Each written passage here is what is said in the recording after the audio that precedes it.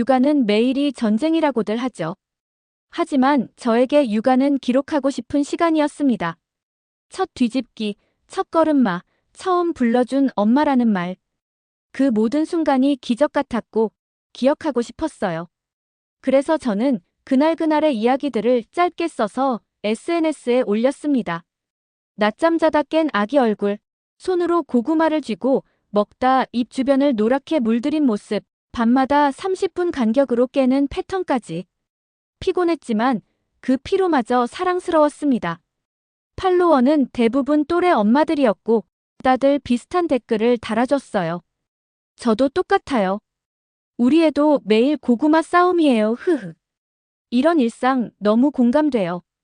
그게 위로였습니다. 지치고 무기력해질 때 나만 그런 게 아니구나 하고 다시 버틸 힘이 생겼죠. 그러던 어느 날 시어머니에게서 전화가 왔습니다. 너 그 사진 다 지워. 당장. 처음엔 농담인 줄 알았습니다. 하지만 목소리는 단호했고 차가웠습니다. 내 얼굴, 우리 집 얘기.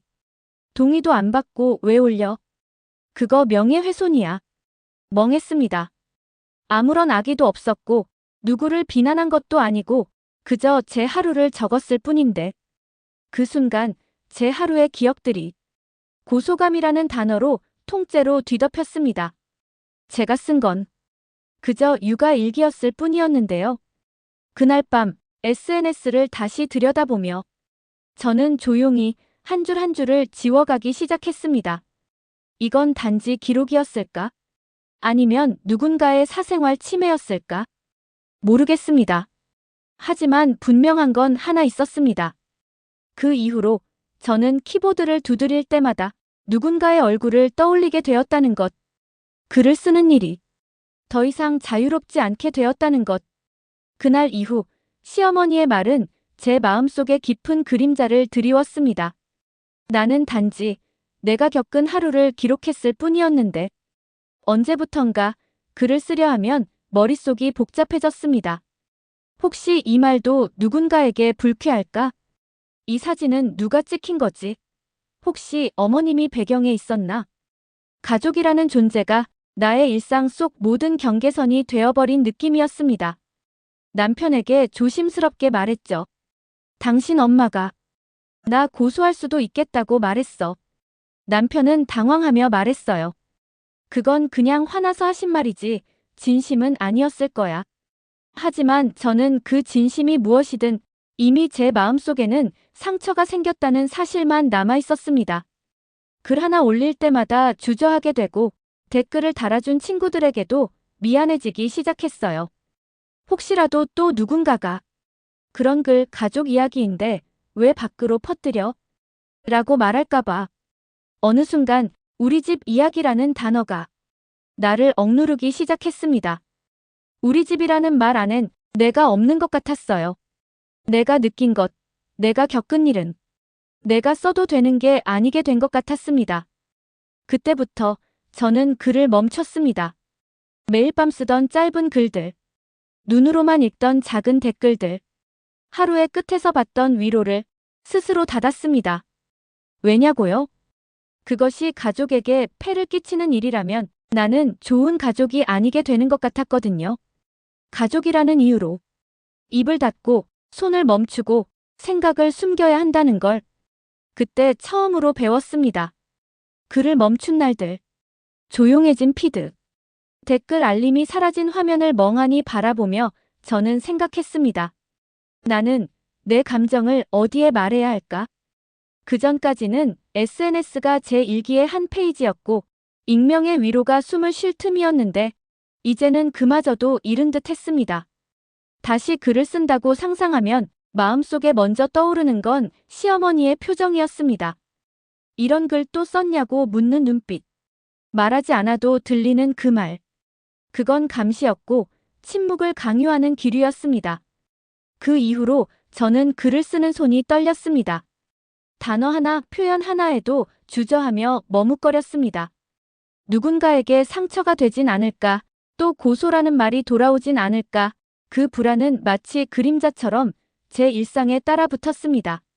그러면서도 마음 한켠은 그럴 만한 일이었을까? 스스로를 계속 의심했습니다. 그 의심은 곧 자책이 되었고, 자책은 점점 저를 무기력하게 만들었습니다. 다른 엄마들의 육아 이야기를 보면 괜히 눈물이 났습니다. 아무렇지 않게 나누는 일상조차 이젠 내게는 허락되지 않는 특별한 일이 된 듯 해서요. 그래서 결국 저는 다시 노트를 폈습니다. 이번엔 규칙을 세웠습니다. 누구의 얼굴도 적지 않기. 누구의 이름도 쓰지 않기. 하지만 그 글 속에서 저는 사라지고 있었습니다. 나는 누구의 아내이자 며느리이며 또 아이의 엄마이지만 한 사람으로서의 나는 점점 줄어들고 있었습니다. 그래서 처음으로 상담센터를 찾았습니다. 그곳에서 저는 말했습니다. 그냥 제 얘기를 아무도 판단하지 않고 들어줄 사람이 필요해요. 그 말에 상담사는 조용히 미소 지으며 고개를 끄덕였습니다. 그리고 말했습니다. 그 마음을 글로 써보세요. 보여주지 않아도 좋으니.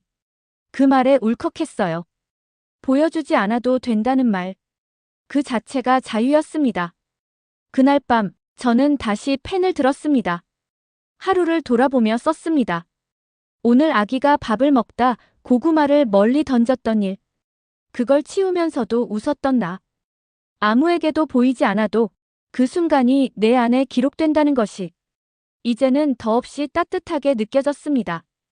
이제는 매일 밤 조용히 저만의 일기를 씁니다. 말하지 못했던 마음들을 말하지 않아도 괜찮다고 말해준 그날 이후로 나는 다시 말하고 싶었습니다. 하지만 이번엔 더 조용히, 더 단단하게, 그 누구에게 허락받지 않아도 되는 방식으로 글을 다시 쓰게 된 이후 저는 예전과 다른 방식으로 세상을 바라보게 되었습니다.